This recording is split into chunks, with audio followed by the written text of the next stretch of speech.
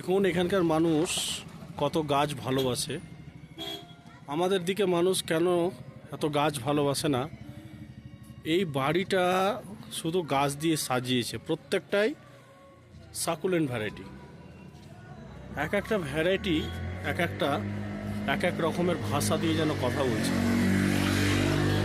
হয়তো noise free করতে পারছি না সাউন্ডটাকে, কারণ আমি যেখানে রয়েছি সেটা কোনো নার্সারি নয়, কোনো ফ্লাওয়ার শো বা কোনো ইনডোর প্ল্যান্টের শো নয়।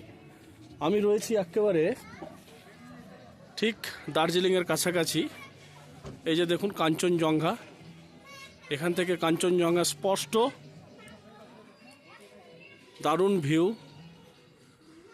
লেপচা জগৎ, এই লেপচা জগৎ অত্যন্ত পপুলার জায়গা প্রত্যেকের বাড়িতে, শুধু নিচতলায় না, ওপরতলাতে দেখুন কত গাছ।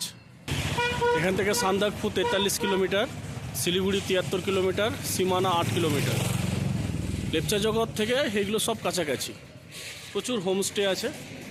আমি তো কোনো ব্লগ দিচ্ছি না বা করছি না যে কোন হোমস্টেতে থাকবেন, কিন্তু শুধু একবার ভাবুন প্রত্যেকটা মানুষের বাড়িতে যে পরিমাণে গাছ থাকে।